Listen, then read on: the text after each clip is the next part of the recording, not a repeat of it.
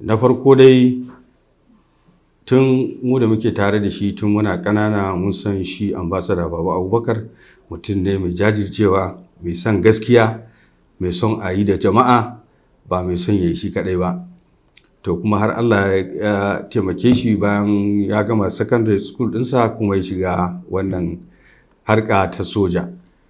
Ya yi kusan shekara 32 tukunna kafin Allah ya kai shi wannan matsayi ya zama shi ne shugaban ɓangaren sojojin sama na Najeriya gaba ɗaya.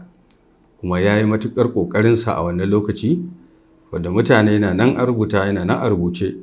Yanzu haka tun da aka kafa wannan ɓangare na sojojin sama na Najeriya ba a samu bawan Allah da ya zo ya canja al'amura kamar zamansa a wannan ɗan ƙaramin lokaci da ya na shekara 6 ba. To wannan ba ƙaramin abu ba ne.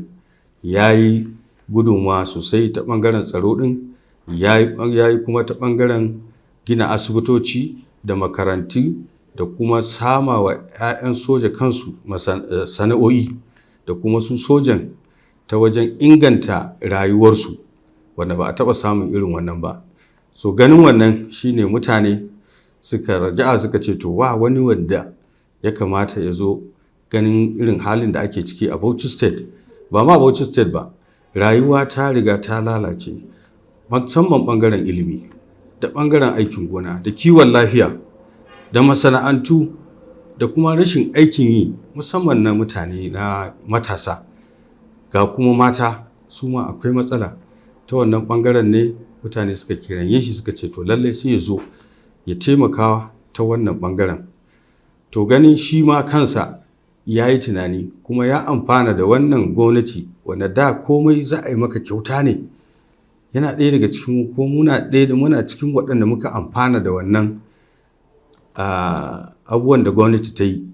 Amma kuma abubuwa sun zo sun lalace. Yanzu haka in kana da sai ka san wane ko sai kana da wani sannan kuma a ce za a taimake ka. To ganin wannan shi ne ya ce to bai kamata shi ya zauna a gefe sai dai a je wani zaure ana hirar cewa abu ya lalace.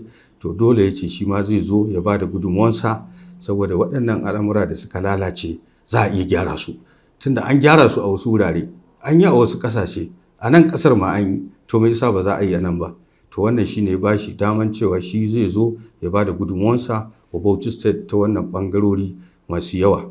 Kuma muna kira ga al'ummar jihar Bauchi su haɗa kansu, su yi tunani, su duba mutumin da ya dace, mutumin da yake da capacity, mutumin da yake da kuma niyya, yake da zuciyar kuma zai yi wannan aiki. Ku ba mu gudunmawa mu fito da shi a matsayin ɗan takararmu saboda mutane mu fidda mutane daga wannan ƙangi da mutane suka shiga cikin shekarun baya. Na gode, Allah ya saka da alheri.